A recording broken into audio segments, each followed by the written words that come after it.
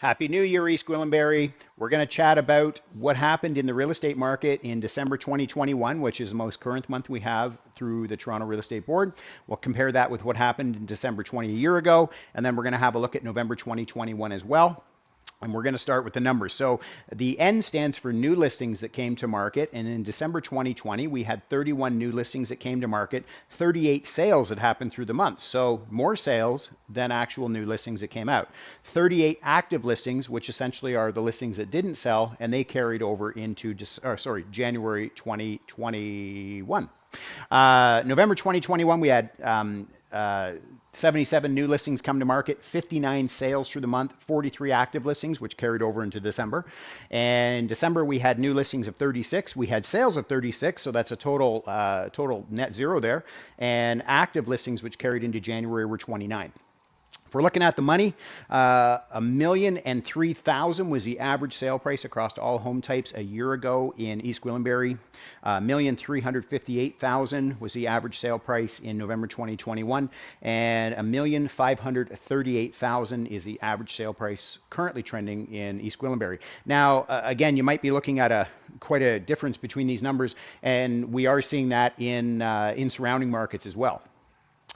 Sales to new listings ratio, also known as the absorption rate, tells us that out of the homes coming on the market each month, what is the percentage of them that are actually selling? So if we look at December 2020, where 122% of the homes that came on the market sold. And again, you can see that through the numbers. You can see that 31 listings came out, but 31 of them sold. 31 listings came out, but 38 of them sold. So there was more sales than actual listings. And so what happens in a case like that is in every market, there's always cancellations and relists and homes that are listed, near the end of the month, which obviously don't sell that month. They carry over into the next month. And so you always have this active listing inventory, this carryover inventory that goes month to month to month.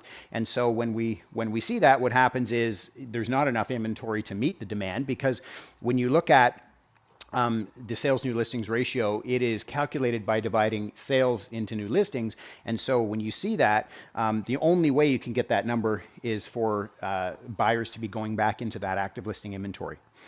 Months of inventory remaining tells us that if no other homes came on the market after today at the current rate of buying or the current rate of consumption, how long would it take to completely deplete the inventory? So a year ago, 1 month of inventory. Now this is calculated by active listings divided by sales.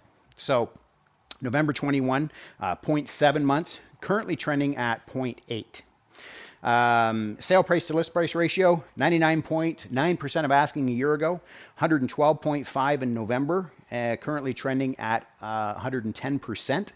And days on market to get a home sold is 27 a year ago, 10 in November, currently trending at 9.